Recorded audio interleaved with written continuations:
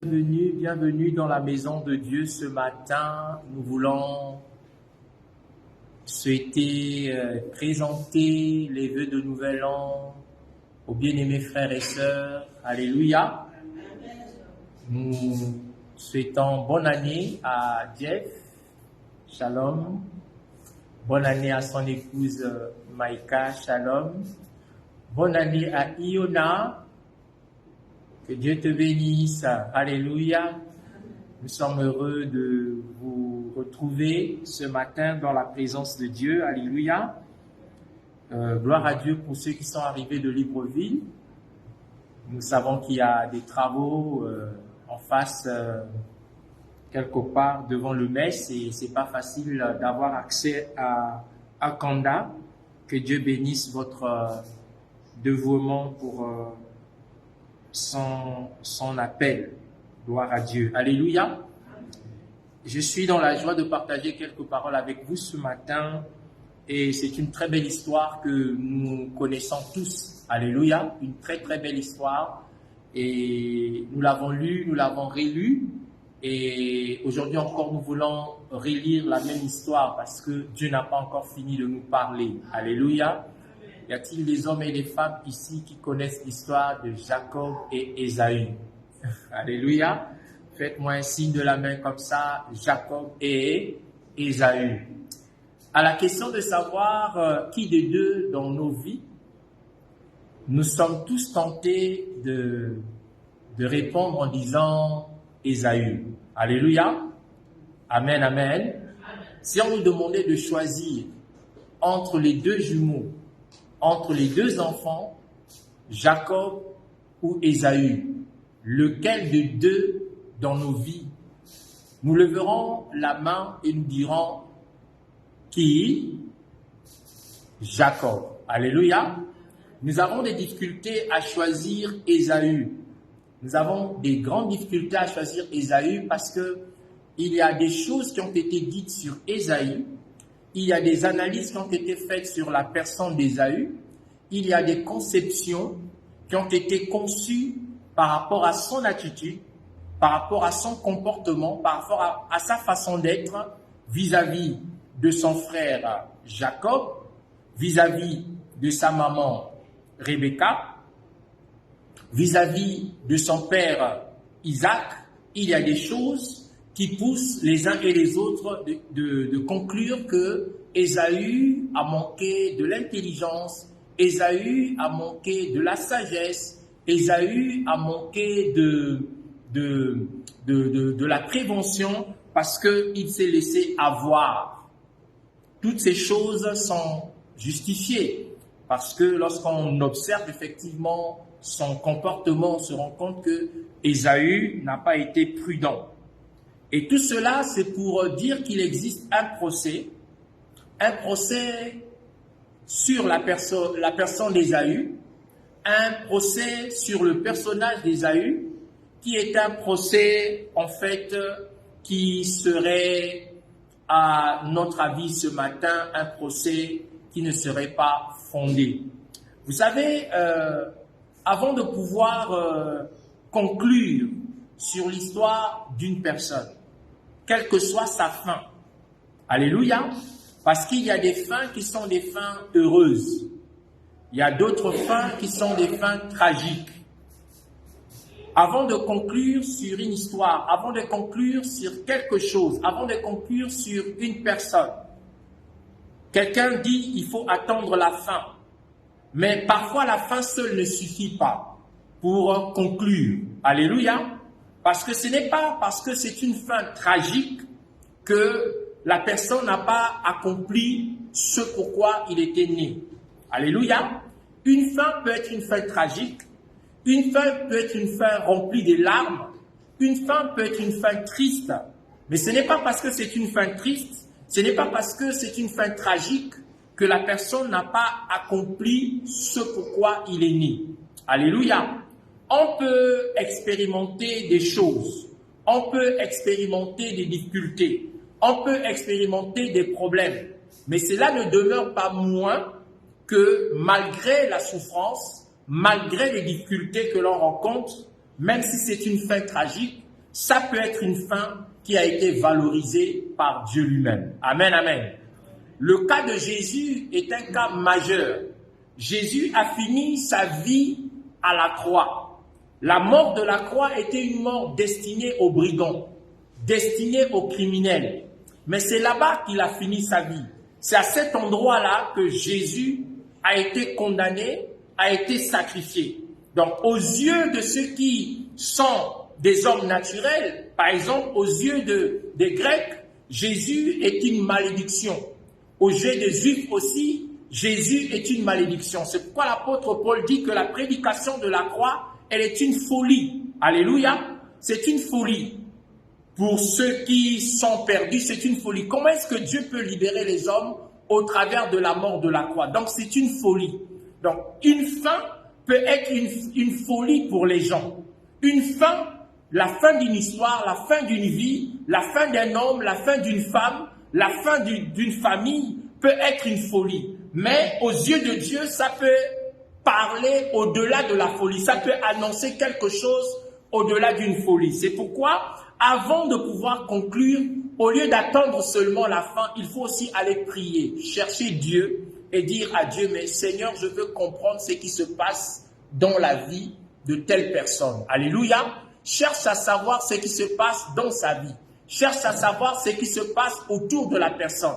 Si Dieu te parle, alors tu sauras comment te comporter, tu sauras comment parler. Alléluia. C'est très important de pouvoir comprendre ces choses. Donc, vous lirez, nous lirons ensemble tout à l'heure, mais vous allez noter Genèse 25, le verset 19 au verset 37, et il y a une très belle histoire à la suite aussi, Genèse 27, et à la suite, vous lirez la rencontre d'Ésaü avec son frère cadet, Jacob. Amen, amen.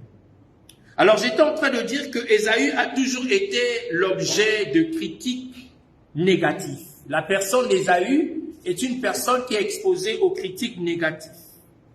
Il est souvent exposé au mépris, Ésaü. C'est une personne qu'on méprise. C'est une personne qui est exposée aux sanctions, on la sanctionne, Ésaü. Il est exposé aux réprobations, aux sentences.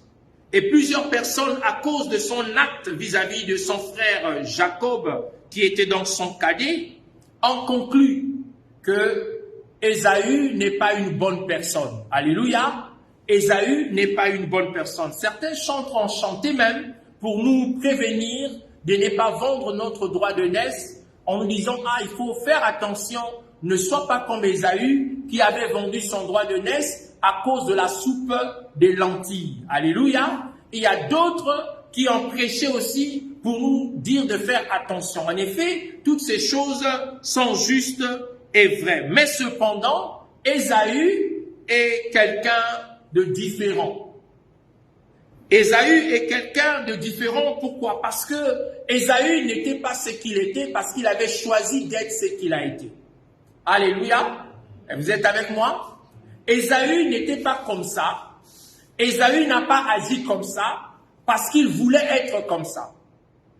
Mais Ésaü a réagi comme il avait réagi parce qu'il lui avait été donné d'être comme cela, d'exister comme ça. Amen, amen. Alléluia. Je vais ouvrir une parenthèse. Vous allez voir par exemple que observez les jumeaux. Observez les jumeaux, observez l'aîné et le cadet. Celui qui sort le premier et celui qui vient à la suite. Vous allez vous rendre compte que les jumeaux, ils ont une particularité. C'est que le cadet est le préféré de l'aîné. C'est-à-dire que l'aîné est capable de donner sa vie pour son petit frère. L'aîné protège souvent le cadet. Observez-les. Quand ils sont là, tu vas voir que quand deux jumeaux sont là, c'est l'aîné qui va s'effacer et il va toujours présenter son petit frère. Il va toujours valoriser son petit frère. Mais d'où cela vient? C'est comme si c'est quelque chose qui est inné dans l'aîné, de pouvoir toujours protéger le cadet, de pouvoir toujours faire du bien au cadet. Et c'est le cas d'Ésaü et Jacob. Ce qui se passe, c'est que, en fait, dans l'attitude d'Ésaü, dans le comportement d'Ésaü, il y a le fait que puisqu'il est l'aîné, c'est des choses innées qui sont à l'intérieur de lui, une façon de fonctionner, c'est-à-dire que puisqu'il est l'aîné, il lui a été donné de protéger son frère cadet qui est Jacob. Donc, vous verrez aussi que généralement, les aînés dans les familles, c'est pareil avec les aînés. Comme ils sont aînés, en fait, c'est comme quelque chose d'inné pour les aînés. Et vous allez voir même que les parents investissent beaucoup dans les aînés pour que les aînés puissent réussir en retour afin que les aînés puissent s'occuper des cadets. Et souvent, les aînés sont sacrifiés. Parfois, on peut aller les chercher, simplement leur demander de venir prendre soin de leurs cadets. On peut aller les prendre. Parfois, on peut aller déposer les enfants à l'école. J'en connais comme ça une histoire d'une maman qui était l'aîné de sa famille. Alors qu'il était l'aîné de sa famille, derrière elle, il y avait 3 cadets qui étaient des garçons. Et donc, quand elle était en classe, sa maman, avant d'aller au champ, allait à l'école, prenait ses petits frères, déposait devant la porte, et elle était comme obligée de se substituer à sa maman, de se substituer à son père qui était absent, qui était allé dans les champs pour prendre soin de ses petits frères. Et sa maman pouvait lui dire non, c'est à toi de prendre soin d'eux. En prenant soin d'eux, ils prendront soin de toi en retour. Donc, généralement, vous allez voir que dans notre façon d'investir, nous investissons de sorte que l'aîné puisse être, entre guillemets, le souffre-douleur des autres. C'est-à-dire qu'on investit beaucoup pour lui afin que quand il va grandir, qu'il puisse nous substituer, qu'il puisse nous remplacer, qu'il puisse nous garder, qu'il puisse nous chérir, qu'il puisse nous accompagner, qu'il puisse faire un certain nombre de choses pour les cadets. Et donc, c'est pour dire ceci ce matin, c'est que le problème d'Ésaü est un problème qui ne dépend pas de lui. Son comportement ne vient pas de lui. Son attitude vis-à-vis de Jacob ne vient pas de lui. Son comportement vis-à-vis de Jacob, vis-à-vis de sa mère, vis-à-vis de son père ne vient pas de lui. Ça vient des prédispositions à cause de sa place d'aîné. À cause de ce qu'il était aîné, il avait des responsabilités qui dépassaient sa propre volonté. Il avait des choses à faire qui déplaçaient sa responsabilité. Il avait des choses à faire qui déplaçaient son choix. Parce qu'en tant qu'aîné, il était comme appelé à pouvoir se sacrifier, à pouvoir se donner, à pouvoir se livrer pour le bien-être de son cadet. Donc il y a des choses comme ça. La nature nous enseigne. Et ce que j'étais en train de dire sur l'aîné des jumeaux, sur les aînés dans les familles, si vous observez, vous allez voir que les aînés, c'est souvent eux qui sont comme sacrifiés. Mais écoutez, au sujet de ce qui concerne Ésaü, la Bible dit déjà que c'est Dieu qui dit, j'ai aimé Jacob et j'ai haï Ésaü. Est-ce que ce texte-là ne vous intrigue pas? Comment est-ce que le Dieu qui est bon, alléluia, un Dieu qui est juste, un Dieu d'équité, un Dieu bon, parle au travers de 2 jumeaux, 2 enfants qui sont nés de la même mère, 2 enfants du même père. Mais Dieu, quand il veut présenter ses enfants, quand il veut les montrer, quand il veut les introduire chacun dans sa destinée, parce que Ésaü avait une destinée, Jacob avait une destinée, mais quand Dieu veut introduire ces 2 enfants, chacun dans sa destinée, Dieu utilise des mots très forts. Il dit ceci pour Ésaü, je le hais. J'ai des difficultés à le prononcer, mais c'est ce qui est écrit dans la parole. La Bible dit que j'aime Jacob et j'ai hais Ésaü. J'ai haï Ésaü et j'aime Jacob. Comment est-ce possible qu'un Dieu bon, qu'un Dieu juste puisse utiliser des mots durs comme ça? En effet, au travers du mot j'aime, au travers du mot je hais, Dieu était en train de présenter 2 destins. Alléluia, Dieu était en train de présenter 2 destinées. En fait, l'autre mot veut dire simplement de Jacob et Ésaü, moi je préfère Jacob et je préfère moins Ésaü. Mais la question qu'on doit se poser, qu'est-ce que Jacob avait fait pour qu'il soit le préféré de Dieu? Alléluia, c'est une question importante. Qu'est-ce que Jacob avait fait pour qu'il soit aimé par Dieu? Et qu'est-ce que Ésaü n'avait pas fait pour qu'il soit haï par Dieu? Alléluia. Qu'est-ce que Jacob avait fait de mal? De bien, disons, parce qu'il est question de lui qui a été aimé. Qu'est-ce que Jacob avait fait de bien pour qu'il soit aimé? Et qu'est-ce que Ésaü avait fait de mal pour que Ésaü ne soit pas aimé? Je reviens en disant ceci, qu'il y en a des chantres qui ont chanté sur Ésaü, en disant que, attention, il y en a aussi des prédicateurs qui prêchent en nous mettant en garde sur Ésaü, en disant, attention. Tout cela, c'est bien. Mais la question que je nous pose ce matin, lorsque nous lisons la Bible, qu'est-ce que Jacob avait fait de bien et qu'est-ce que Ésaü avait fait de mal pour que l'un soit aimé et l'autre ne soit pas aimé, pour que l'autre soit apprécié, pour que l'un ne soit pas apprécié. Qu'est-ce que ces deux enfants ont fait de bien? Nous sommes invités à ne pas tirer de conclusions hâtives sans pour autant demander ce qui se passe. C'est très important. Quel que soit ce que vous voyez, quel que soit ce que vous observez, dans une vie, dans une famille, dans un couple, dans une nation même, au lieu de tirer des conclusions hâtives, nous devons nous interroger différemment. Nous devons aller à la source. Vous savez, rien ne peut se faire sur la terre si Dieu ne l'a pas permis. Alléluia. Rien ne peut se faire sur la terre si Dieu ne l'a pas permis. Rien ne peut se faire sur la terre au milieu des hommes si Dieu ne l'a pas permis. Si Dieu n'avait pas permis que le diable puisse se révéler, le diable n'allait pas se révéler. Alléluia.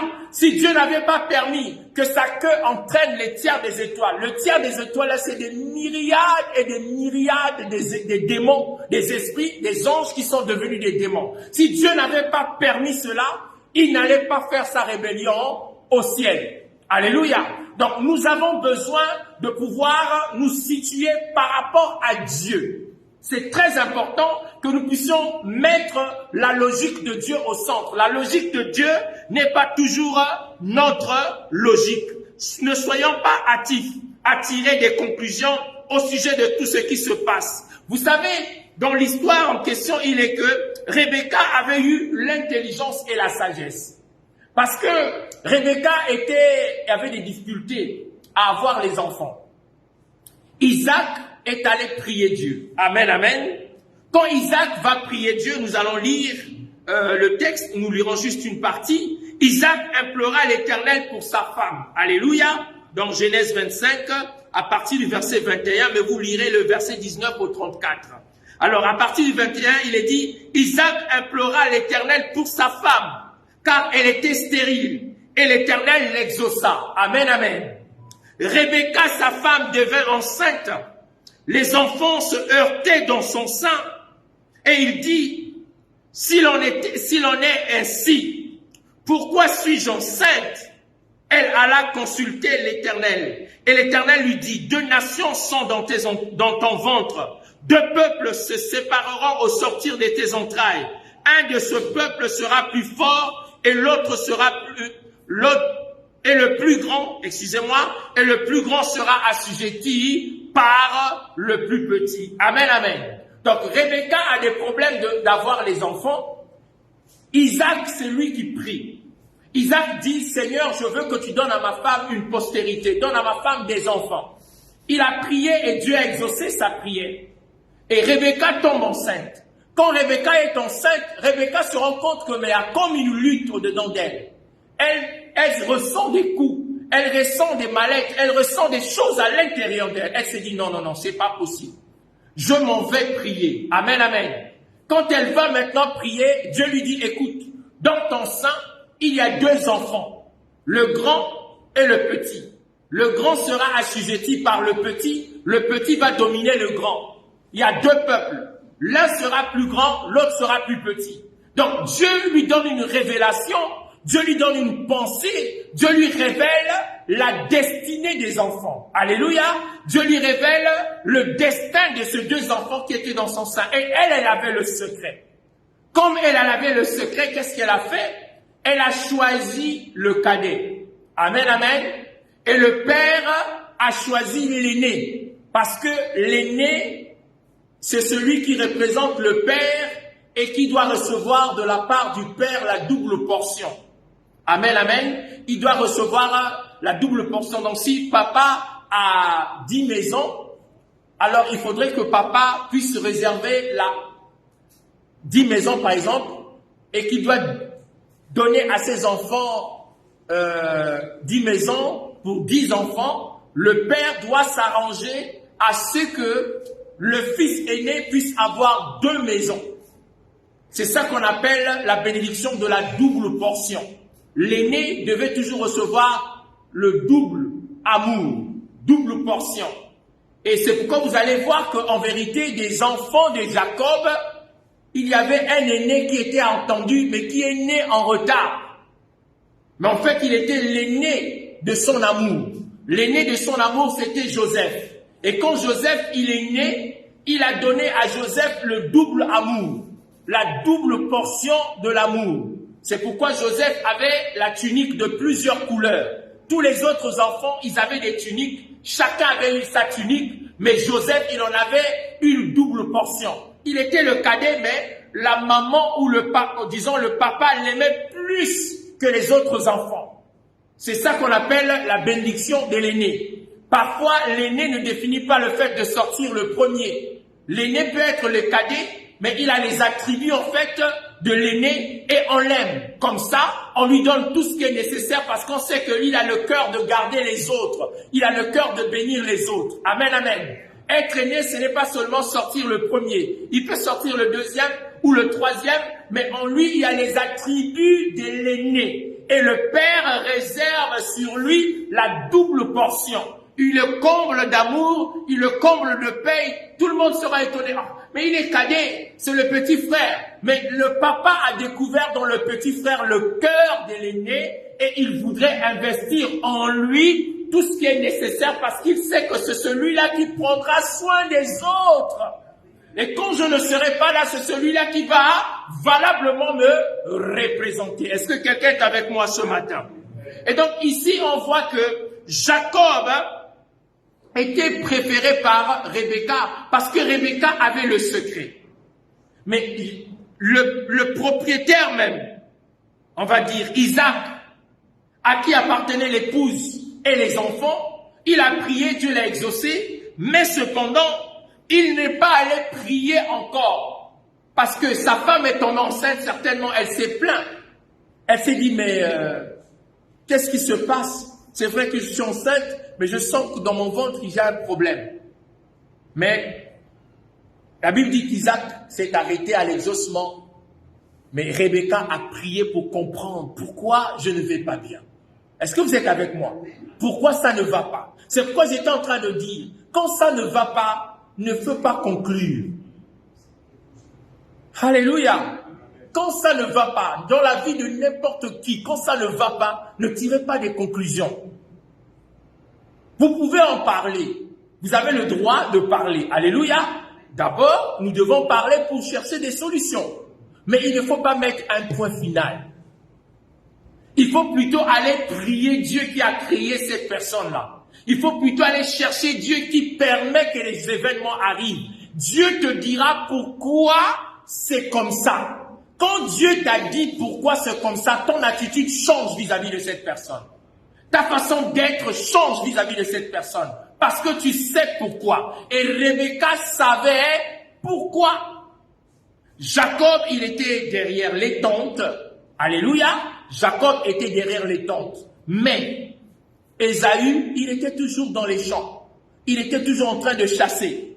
Jacob n'avait jamais, Rebecca n'avait jamais blâmé Jacob.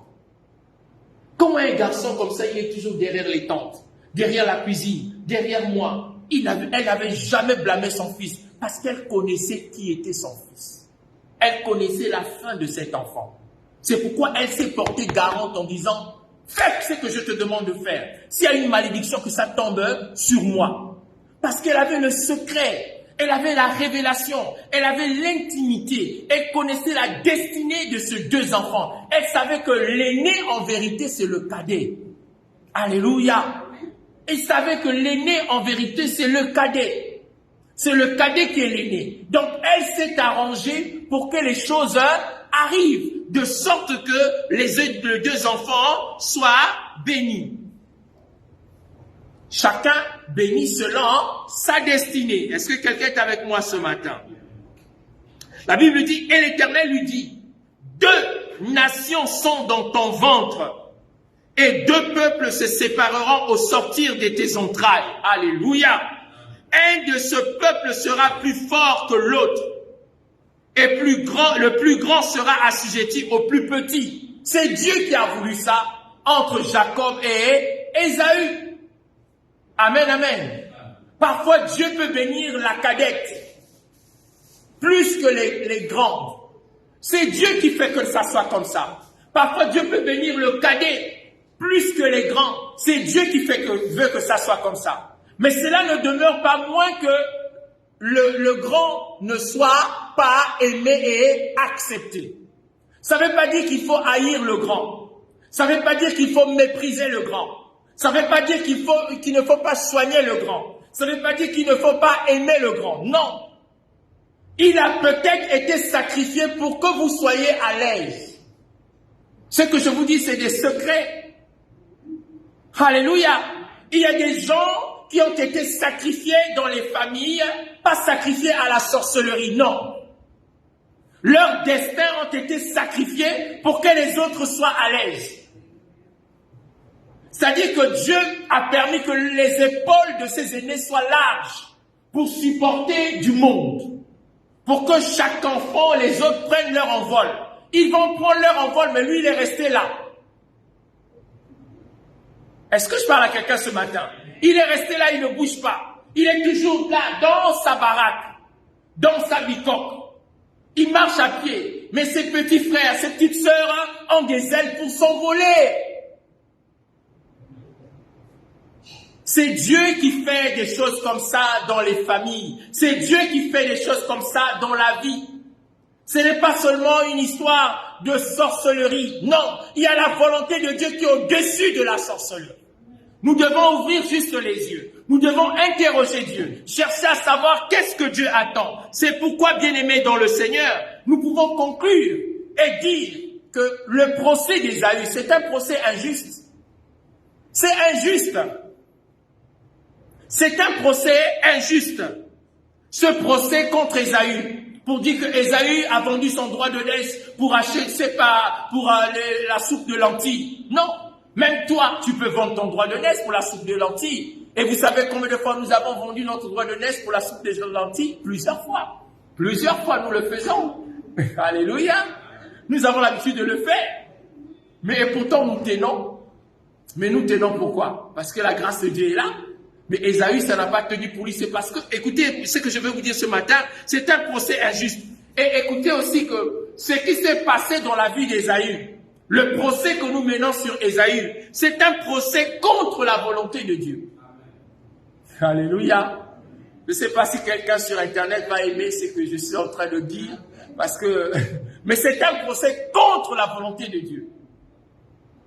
Ésaü ne pouvait pas faire autrement que ce qu'il avait fait en ce temps-là, parce que c'est ce qui lui avait été donné de faire. C'est-à-dire que Dieu, il avait un programme. Dieu, il avait un projet. Dieu, il avait un plan. Alléluia. Nous avons des enfants. Aucun enfant déjà n'est né parce qu'il avait voulu. C'est nous qui les désirons, les enfants. Alléluia. Donc, lorsqu'ils naissent, nous les désirons et Dieu investit en eux ce que lui, il veut. Amen, amen. Dieu dépose dans l'enfant ce que lui, il veut. Et c'est ce que Dieu a déposé dans les enfants qui va s'accomplir. Est-ce que quelqu'un est avec moi? Donc, Ésaü, lorsqu'on peut tout dire sur lui, on peut tout dire sur Ésaü, ce que nous disons sur Ésaü, ce n'est pas toujours vrai. C'est un procès contre la volonté de Dieu, parce que Ésaü, il lui avait été donné d'être comme ça. C'est Dieu qui a voulu que Ésaü soit comme ça. Que Ésaü puisse vendre son droit de naissance. Que Ésaü puisse perdre sa bénédiction de premier-né. Il n'était pas encore né que Dieu dit « je ne t'aime pas ».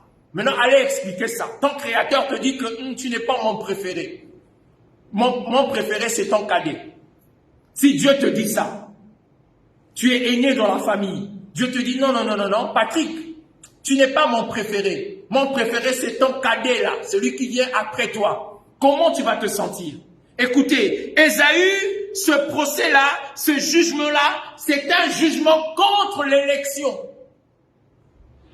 Parce qu'il a été élu pour faire que Jacob devienne son grand frère.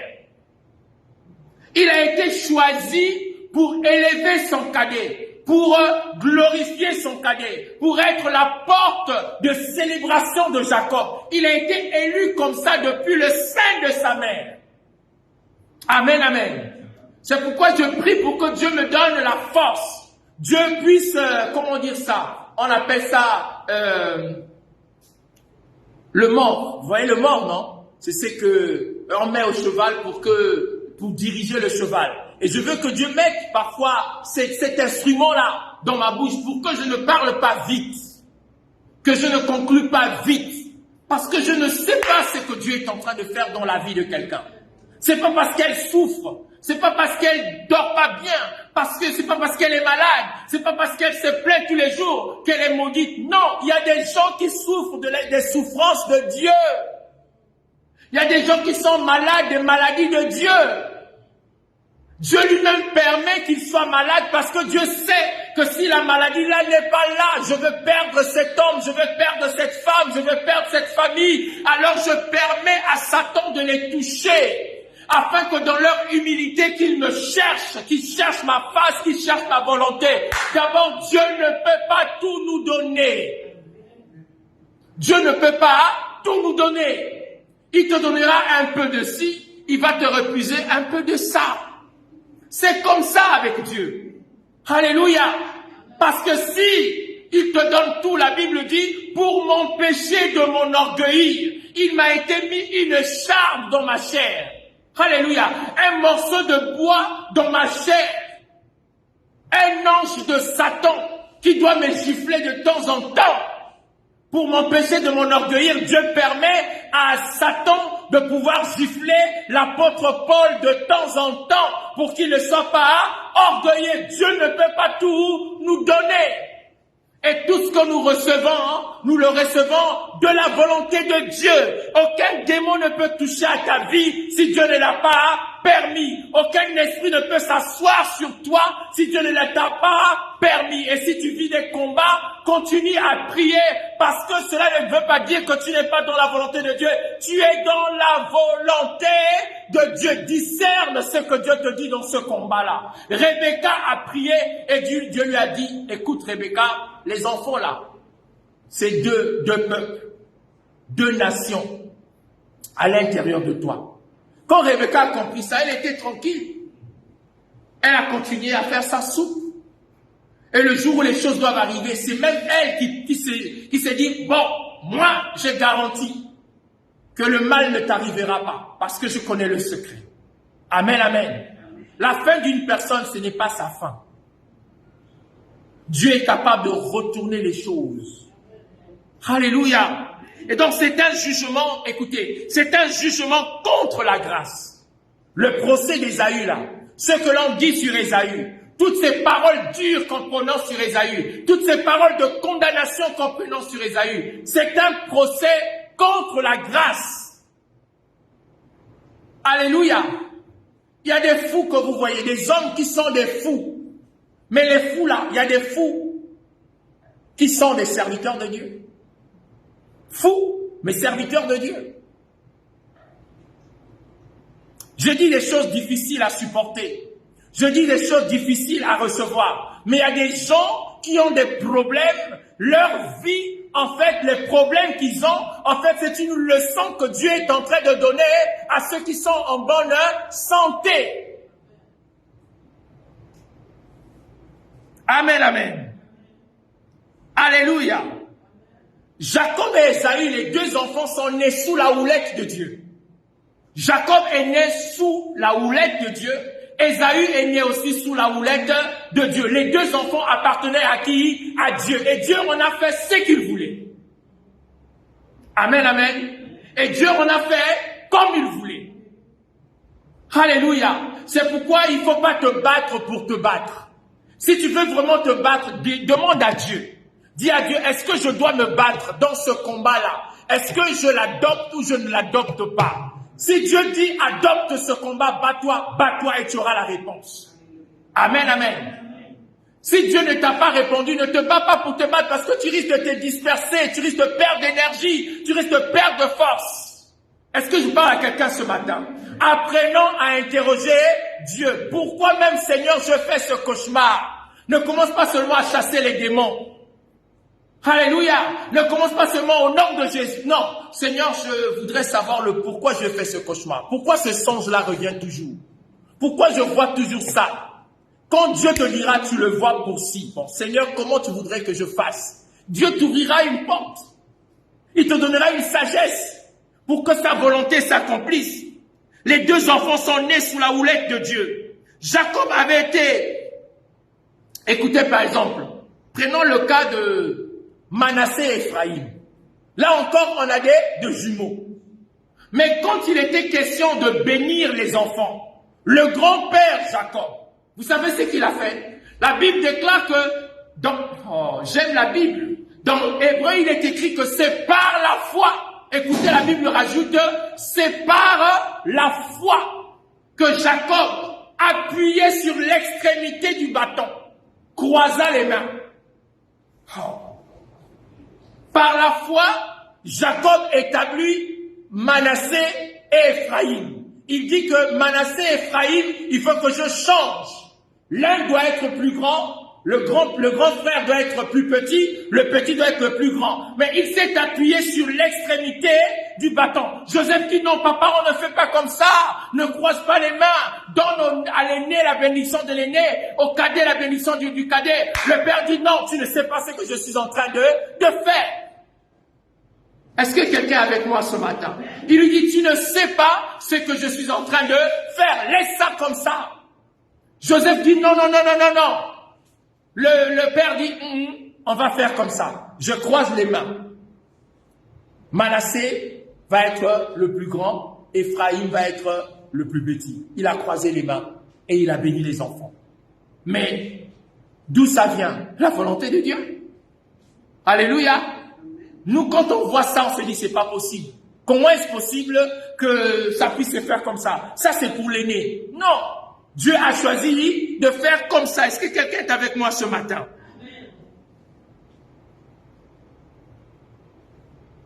Il y a un prophète dans la Bible qui s'appelle Ésaïe. Vous savez que Dieu utilise Ésaü juste pour parler aux enfants d'Israël. Il devient fou. Dieu le rend fou. Dieu lui dit, bon, pour montrer que ce peuple spirituellement est dévêtu, toi tu vas enlever tes habits. Et tu te tiens au carrefour là de Delta, tu te mets à prophétiser, mais en tenue d'Adam. Voyez-vous un pasteur en tenue d'Adam, prophète Ésaü, qui est en train de dire, répondez-vous, changez de vie, Dieu vous aime, ainsi de suite. Toi tu t'arrêtes dans ta voiture, tu dis, ah les pasteurs, voilà un fou. Il est devenu fou. On vous dit avec vos églises là, arrêtez. Mais lui, en tenue d'Adam, il prêche la parole. Il dit, répentez-vous. Toi, tu vas dire, non, c'est toi qui dois te repentir. Changer de vie. Non, c'est toi qui dois changer. Mais Dieu lui a dit, Ésaü, pour mon peuple là, il faut que tu enlèves les habits, que tu te tiennes dans les carrefours, que tu leur parles nu en tenue d'Adam. Qui peut comprendre les choses de Dieu? La Bible dit profondeur de la richesse, de la sagesse, de la science de Dieu. Les jugements de Dieu sont insondables. Les voies de Dieu est compréhensible. Qui a donné à Dieu le premier afin qu'il ait à attendre en retour? C'est de lui, c'est pour lui, c'est par lui que sont toutes choses. Est-ce que je parle à quelqu'un ce matin? Alléluia. Il faut te sentir bien de qui tu es. Alléluia. Amen. sens-toi bien de qui tu es. Tu n'es peut-être pas comme les autres, mais tu es quelqu'un. Tu n'es pas peut-être comme les autres, mais tu es quelqu'un. Dieu sait que tu es quelqu'un. Ne place pas les standards aux standards des autres. Place tes standards aux standards de la volonté de Dieu. Cherche juste les standards de la volonté de Dieu. Sois ce que Dieu veut que tu sois. Vis ce que Dieu veut que tu vives. Et en cela, tu ne souffriras d'aucun complexe et la gloire de ton Dieu se manifestera. Comment comprendre que Jésus-Christ soit allaité par une prostituée? Sa grand-mère, une prostituée incroyable. Rahab. La Bible dit, la Bible ne gomme pas la partie là. La partie, on pouvait dire Rahab, point. Mais on dit Rahab, la prostituée. Grand-mère de Jésus. Jésus, le Fils de Dieu. Jésus qui est venu dans ce monde pour sauver l'humanité, pour libérer les hommes, pour délivrer les hommes. La Bible déclare Jésus avait pour grand-mère Rahab. Et on dit Rahab, la prostituée. Jésus dit même que les prostituées vous défonceront dans le royaume de Dieu. C'est bizarre, mais c'est ça la volonté de Dieu. Parce que Dieu ne fait exception de personne. Dieu savait que Rahab menait une mauvaise vie, mais Rahab a posé un acte qu'il a introduit dans la lignée, alléluia, de l'arbre généalogique de qui? De Jésus. Il y a des actes que les uns et les autres posent, même si c'est mauvais, ne juge pas. Prie seulement. Dieu peut se servir de ça. Il faut que la personne fasse comme ça afin que la volonté de Dieu arrive. Judas avait sa place. Alléluia.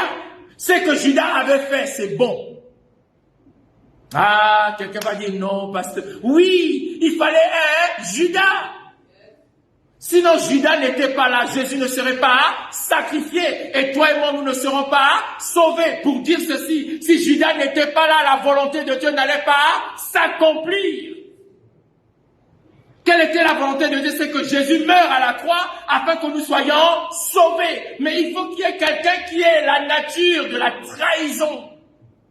Il faut qu'il y ait quelqu'un qui ait en lui les prédispositions de traître. Donc il y a même des traîtres qui sont des serviteurs de Dieu, qui servent Dieu selon leur traîtrise. Au moment où il te traite là, au moment où il te livre là, au moment où il t'expose là, il est en train de servir Dieu parce que les choses de Dieu doivent s'accomplir au travers de tout ce que tu vis. Oh pasteur, on m'a encore insulté. Bénis Dieu. Alléluia. Ces insultes-là, c'est pour la gloire de Dieu. Pasteur, on m'a encore humilié. Bénis Dieu pour cette humiliation. C'est pour la gloire de Dieu. On m'a encore fermé les portes au nez. Bénis Dieu pour la personne qui a fermé ces portes-là. C'est pour la gloire de Dieu. Dieu a quelque chose à faire avec toi. Mais les voix de Dieu ne sont pas nos voix. Alléluia. Les voix de Dieu ne sont pas nos voix. La Bible dit que vos pensées ne sont pas mes pensées. Vos voix ne sont pas mes voix. Alors, au lieu de prononcer ce jugement précoce sur Ésaü, cherchons plutôt à savoir pourquoi Ésaü s'est comporté comme ça. Alléluia. Posons-nous aussi la question de savoir si réellement il n'y avait rien de bon en Ésaü. Alléluia. Vous savez, oui. Comment vous expliquer que quelqu'un, un grand frère, il est prompt à devenir le cadet de son petit frère parce que son petit frère lui dit, bon, la soupe là égale ton droit de naissance. Tu veux manger ma soupe? Tu me donnes ton droit de naissance. Le grand de dit, bon, c'est pas grave. À quoi bon ça me sert? Prends pour toi le droit de naissance. Donne-moi, je veux manger. Quelle prédisposition! Il n'y a pas que le mal dans ça. Il y a aussi de l'humilité. Céder sa place. C'est aussi ça qu'on doit voir dans l'attitude d'Ésaü. Il n'y a pas que le fait que non, c'est un maboule, c'est un idiot, il a vendu son droit de naissance. Qu'est-ce qu'il ne pouvait pas attendre? Mais au-delà de ça, à côté de ça, vous ne voyez pas qu'il est humble. Ésaü est humble. C'est une marque d'humilité, une leçon d'humilité que Esaü est en train de nous enseigner. Il dit, bon, c'est pas grave. Tu veux prendre ma place? Prends ma place. Tu veux devenir le plus grand? Deviens le plus grand. Alléluia. C'est une marque d'humilité. Il sait se rabaisser. Pourquoi il sait se rabaisser? Parce que Esaü, en fait, c'est que Dieu avait fait, pour que le plan de Dieu s'accomplisse, Dieu a investi en Esaü son caractère ou ses caractères. Regardez Esaü, vous allez voir que Esaü s'est comporté comme Dieu. Regardez comment il s'est comporté. Il s'est comporté comme Dieu. Il était humble et il était fidèle. Humble. Fidèle. Il a donné sa parole. Il s'est plus battu pour récupérer son droit de naissance. Il a dit à son petit frère, ok, il n'y a pas de problème, je mange, tu prends. Il n'est jamais revenu pour ça, pour dire, écoute petit, maintenant que je suis rassasié, je suis devenu fort, mon droit de naissance. Jamais. Moi-même aussi, je vais préparer pour... Esaü pouvait préparer des mets que son père aimait. Donc c'était un grand cuistot. C'était pas n'importe qui. Alléluia. C'était pas n'importe qui. Donc vous allez rencontrer des hommes et des femmes dans votre vie. Parfois, ils ont ce droit de naissance. Ils ont cette double portion. Mais parfois, ils acceptent de partager le peu que vous leur donnez. Ne les sous-estimez pas. Ne les dévalorisez pas. Ne dites pas qu'ils ne sont rien. Ils sont quelque chose. C'est leur humilité qui permet ces choses-là. Est-ce que je parle à quelqu'un ce matin? Esaü était humble. Esaü était fidèle. Esaü était fort. Il pouvait battre Jacob. C'était un chasseur. C'était un chasseur. Il partait chasser du gibier. Jacob restait derrière les tentes. Un paresseux. Mais il avait, en fait, quand vous voyez Esaü, vous voyez qu'il était humble. Il était fidèle. Il était fort. Donc, en vérité, Esaü, quand il a vendu son droit de naissance, alléluia, il s'est livré à Dieu. C'est ça le truc avec Esaü. Quand Esaü vend son droit de naissance à son cadet Jacob, en fait, Esaü se livre à Dieu parce que Dieu avait mis en lui les prédispositions de faire que le cadet devienne l'aîné. Donc, il se livre totalement pas à Jacob, mais à Dieu. C'est pourquoi il s'est jamais battu contre Jacob. C'est pourquoi il s'est jamais battu contre sa mère. Il s'est jamais battu contre son père. Mais à un moment donné, lorsque le père était en train de le maudire, qu'est-ce qu'il dit? Le père lui dit, avec ton épée. Avec ton épée, tu briseras le joug que ton frère a mis sur toi. Il s'est battu toute sa vie. J'ouvre une parenthèse. Entre Esaü et Jacob, qui a été béni? C'est Esaü. Lisez bien. C'est pourquoi je disais, attendez la fin. Tu peux dire aux gens, attendez, c'est pas encore la fin.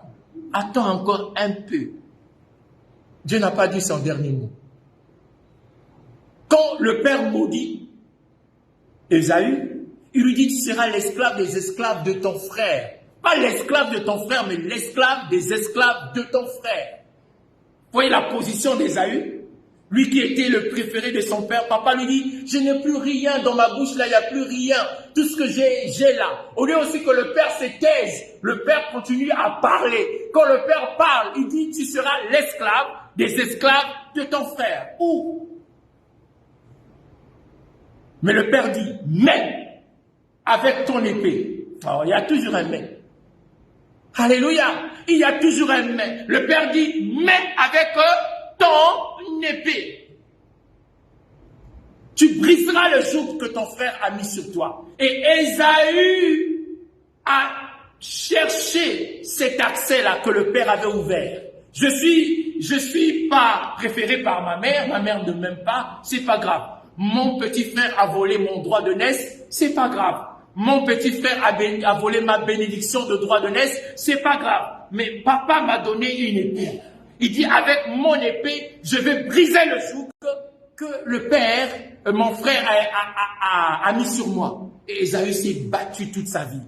Lorsque Esaü et Jacob se sont rencontrés, qui a fléchi les genoux devant qui? Alléluia. Qui a fléchi les genoux devant qui? C'est Jacob. Jacob est tombé 7 fois à genoux. 7 fois. 1, 2, 3, 4, 5, 6, 7 fois à genoux devant Ésaü. Alléluia. Il tombe 7 fois à genoux devant Ésaü. Il tombe, il se relève. Il appelle Ésaü mon Seigneur. Alléluia. Si tu te bats, tu peux renverser les choses. Alléluia. Tu n'es peut-être pas le préféré, tu n'es peut-être pas la préférée, tu n'es peut-être pas celle qu'on aime, mais tu peux renverser les choses. Ésaü s'est battu. Quand Jacob va rencontrer Ésaü, il va rencontrer Ésaü avec une tribu de 12 enfants, 4 femmes, les serviteurs, les bœufs, les moutons et tout ça. Quand il va rencontrer Ésaü. Mais quand Ésaü va rencontrer, alléluia, quand Ésaü va rencontrer Jacob, la Bible dit qu'il va rencontrer Jacob avec 400 hommes, des élites, des hommes de guerre. C'est pas n'importe qui peut avoir 400 hommes, 400 élites, des hommes de guerre, des vaillants héros. Donc, il est resté, mais il a brisé le sort. Il a brisé la malédiction. Il a annulé toutes les paroles de condamnation qui étaient sur sa vie. Et quand il va rencontrer son frère, le moment était arrivé. Le frère l'appelle Seigneur. Donc la prophétie là, ça s'est renversé. Ésaü était le plus béni que Jacob. Lisez la Bible. Alléluia. Ne se moquez pas des gens comme ça. Alléluia. Vous ne savez pas, ils ont une épée. Chacun une épée. C'est parce qu'on ne sait pas s'en servir. Mais ils ont une épée. Avec cette épée-là, ils peuvent se battre et rencontrer Jacob. Vous savez ce qui s'est passé lorsque Ésaü rencontre Jacob? La Bible dit que Ésaü, qui voulait se venger de Jacob, qui voulait tuer Jacob, lorsqu'il vient, il a compassion de Jacob. Il a pitié de Jacob. Il voit les conditions de quelqu'un qui est parti en exil depuis 14 ans, qui revient, qui n'est rien. Alléluia. Mais il était parti. Il revient, il n'est rien, il n'avait pas de richesse, il était faible. Il lui dit, mais c'est qui là? Oh non, mais mon Seigneur, ce sont mes épouses. Et les autres, ce sont tes neveux. Mais ceux-là, c'est qui? Non, mon Seigneur, ce sont mes serviteurs. Mais tout ça là, c'est quoi? Ce sont les moutons. Bon, mon Seigneur, j'ai prévu des présents pour toi. Et Ésaü dit, non, moi, j'en ai pas besoin. Je pas garde ça pour ta famille. Parce que j'en ai déjà. Et vous savez ce qu'il fait? Au lieu de le frapper, il l'embrasse. C'est puissant ce que Ésaü fait. Le père avait dit, le joug qu'il t'avait imposé. Vous savez, le joug, on le porte ici. Il dit, le joug qu'il t'avait imposé, tu le briseras, tu le rompras. Et ce jour-là, l'occasion était arrivée où Jacob voit Ésaü, Ésaü voit Jacob, alors que Jacob a peur. Ésaü va avec force, il dit, viens mon frère, viens. Quand il s'approche, il tient son frère sur le cou, il l'embrasse. Il a brisé le joug. Alléluia, qui lui a été imposé. Amen. Ce n'est pas terminé pour Ésaü. Ésaü, bien-aimé dans le Seigneur, s'est livré à la volonté de Dieu, à l'élection de Dieu, à la grâce de Dieu. Alléluia. Ésaü a fait ce qu'il fallait faire. Et j'étais en train de dire, il y a des choses dans la Bible que vous n'allez pas comprendre. Pharaon, il avait fait quoi à Dieu? Qu'est-ce que Pharaon avait fait à Dieu? Il n'avait pas fait quelque chose de mal à Dieu. Quand Dieu rencontre Abraham, et il dit à Abraham ces choses-là, Pharaon là, il avait fait quoi à Dieu? Rien. Mais Pharaon a été suscité à dessein. Donc il y a des hommes et des femmes que Dieu va susciter à dessein. C'est à nous d'avoir la lecture. Même si cette personne te fait du mal, cherche à savoir, mais la personne là, c'est pas dans ses habitudes. Je ne la connais pas, il ne me connaît pas, on ne se connaît pas. Mais pourquoi il agit comme ça, Seigneur? Dieu te dira, laisse, derrière, je suis en train de te frayer un chemin. Je suis en train de faire quelque chose. Ne te braque pas d'abord. Ne te bats pas d'abord. Est-ce que quelqu'un est avec moi? Vous pouvez comprendre ça? Vashti, qui un matin qui se lève, le roi l'appelle. Le roi dit, bon, tu es mon épouse, viens dans mes appartements pour tant de jours. Vashti dit, il avait organisé une fête. Vashti dit, non, moi je ne viens pas. Incroyable. Alléluia. Je ne viens pas. Le roi l'invite. Il organise un festin. Il a des invités. Vasti dit non, non, non, je ne viens pas. Quelle humiliation! Mais qu'est-ce que Vasti avait fait? Rien. C'est parce que Dieu préparait Esther, c'est tout. Est-ce que vous comprenez ces choses? Dieu préparait Esther et Dieu fait quoi? Il tourne un peu le cœur de Vasti. Il fait que Vasti se comporte mal pour que Esther arrive là. Vous ne voyez pas que derrière tout ça, il y a une main invisible qui dirige les choses, qui fait les choses et tout ça, qui fait que aujourd'hui tu sois de bonne humeur, demain que tu sois en colère. Tu ne vois pas ça, non? Il n'y a pas que le diable. Ce que je vous dis, c'est profond. Il n'y a pas que le diable. Dieu peut te tourner le dos. Tu ne lui as rien fait, il t'a tourné le dos. Il ne répond pas à tes prières. Il n'exauce pas tes prières. Tu ne ressens même pas sa présence. Tu te sens seul. Tu te sens abandonné. Tu dis, mais Seigneur, je marche dans ta volonté. Je suis en train de faire ce que tu m'as demandé de faire. Rien, zéro. Parle-moi, Seigneur, rien. Tu pries, parle-moi. C'est encore les cauchemars qui s'ajoutent. Les combats qui s'ajoutent. On te pousse. Oh, mais je ne comprends pas. Accepte. Laisse Dieu faire. Quelqu'un est avec moi ce matin? Laisse Dieu faire. Le pasteur a beaucoup parlé, il y a beaucoup de choses à dire, mais je vais atterrir. Alléluia. Je vais atterrir. Je pense que l'essentiel a été dit. Et donc, je voulais juste rajouter ceci en disant qu'en vérité, ce qui se passe, c'est que il y a des choses, c'est qu'on doit savoir les uns pour les autres. Alléluia. On va lire ce texte-là, comme ça on va s'appuyer dessus. Acte 4, 25 à 28.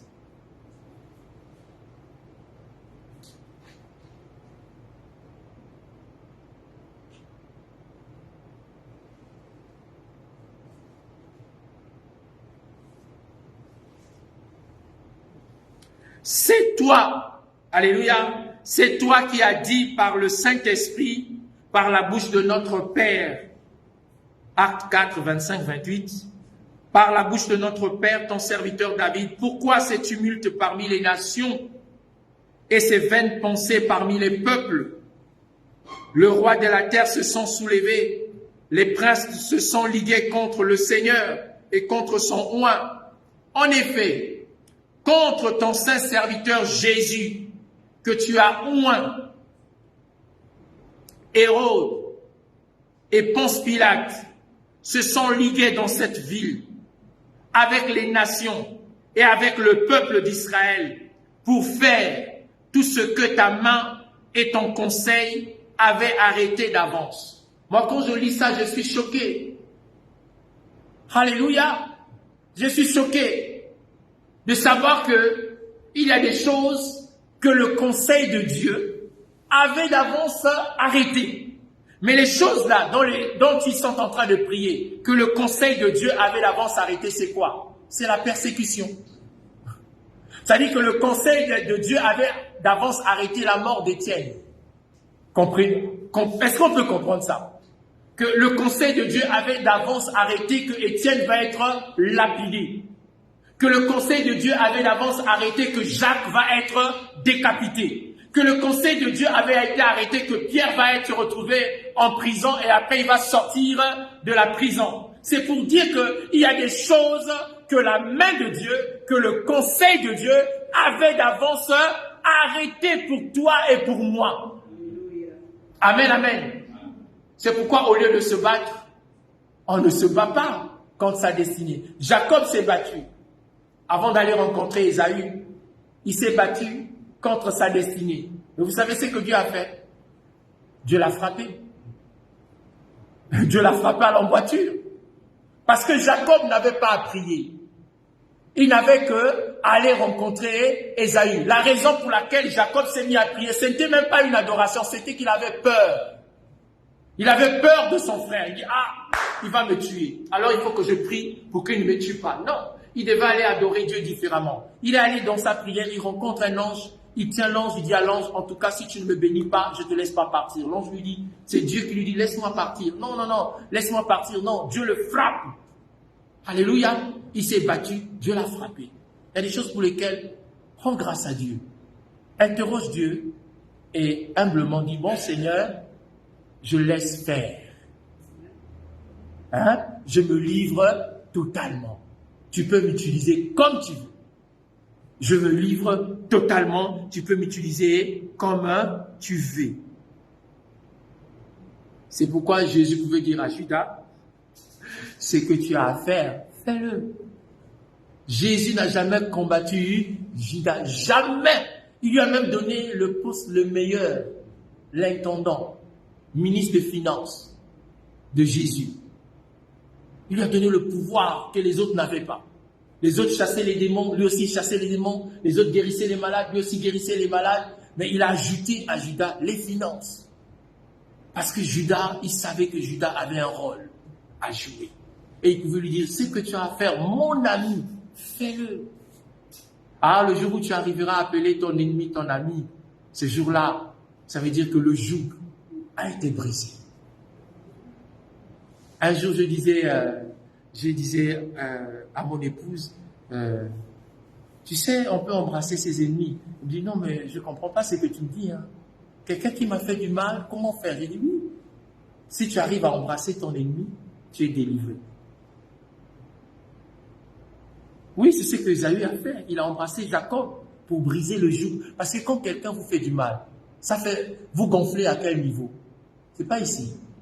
Hein? C'est ici. Quand quelqu'un te fait du mal, donc. Mais c'est ça. Ça vient là, ça c'est. Mais c'est un joug.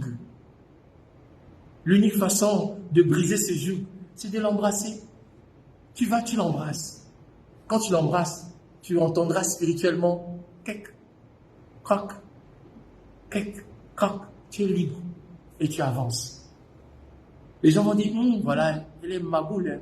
Non, tu n'es pas ma boule, tu es dans la révélation. Elle est faible, hein. Tu n'es pas faible, tu es dans la révélation. Tu es humble, alléluia, tu es fidèle à Dieu, tu es forte et tu es fort. Quelqu'un entend ce que le pasteur dit ce matin? Alléluia. C'est pareil aussi, même avec l'église. Hein. On dit beaucoup de choses sur l'église, pas sur l'église locale. Hein. Je ne parle pas de notre église locale, de l'église corps de Christ. On dit beaucoup de choses sur l'église. Mais attendez, l'église là que nous voyons impuissante, là, elle est puissante. Oh. Cette église là, elle est puissante. Elle passe juste un temps difficile. Mais le jour où le Seigneur va dire, maintenant, réveille-toi, vous allez voir ce que l'église est capable de faire. Le réveil que les gens soupirent, tout ça, c'est Dieu qui fait ça. Quand Dieu dit, bon, maintenant, vivez le réveil, vous allez vivre le réveil. Vous allez glorifier son nom et vous allez le servir. Amen, amen. Alors, je prie en disant, Seigneur, aide-moi à ne pas être vite dans les jugements. Seigneur, aide-moi. Je ne comprends peut-être pas ce que fait le frère. Je ne comprends pas peut-être ce que fait la sœur. Je ne comprends pas ce que fait mon petit frère. Mais aide-moi à ne pas condamner vite. Aide-moi à comprendre et à prier. Alléluia. Que Dieu nous bénisse ce matin.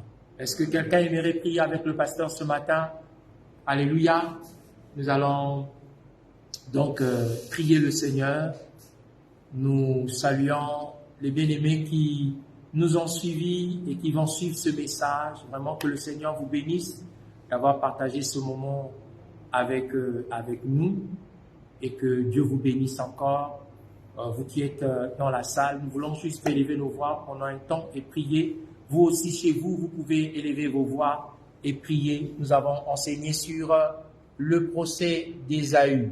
Que Dieu vous bénisse.